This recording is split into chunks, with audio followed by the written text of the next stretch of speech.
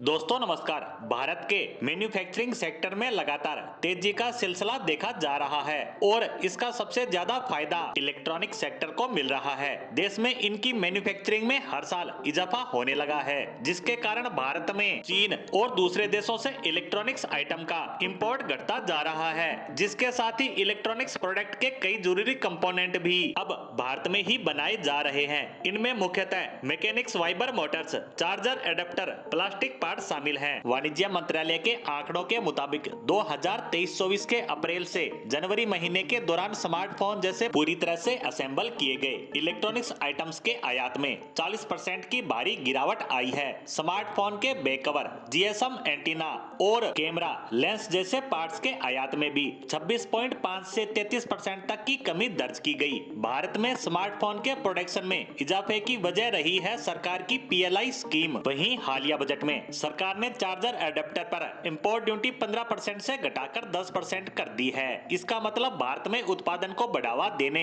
और भारत में charger adapter की कीमतों को कंट्रोल करने का प्रयास करना है। आंकड़ों के मुताबिक इस फैसले का असर भी दिखाई देने लगा है। अप्रैल से जनवरी 2024 तक चार्जर एडेप्टर के आयात में 72% की भारी गिरावट आई है। हालांकि चार्जर एडेप्टर की कीमतों में 1.3% की मामूली बढ़ोतरी 2022-23 के मुकाबले और अप्रैल जनवरी 2024 में दर्ज की गई। मोबाइल फोन की कुल उत्पादन लागत में चार्जर की हिस्सेदारी करीब 2.5% है। ऐसे में चार्जर एडेप्टर की कीमतों में मामूली बढ़ोतरी का मोबाइल फोन की कुल लागत पर ज्यादा असर नहीं होता। पिछले साल camera module, display assembly, battery pack जैसे महंगे इलेक्ट्रॉनिक्स प्रोडक्ट का आयात भारी मात्रा में हुआ था। आंकड़ों के मुताबिक 2023 में कैमरा मॉड्यूल की आयात मात्रा में 2.3% की बढ़ोतरी हुई, जबकि मूल्य में 5.3% की कमी दर्ज की गई। वहीं बैटरी पैक की आयात मात्रा में 12% और कीमतों में 13% की गिरावट देखने को मिली। हालांकि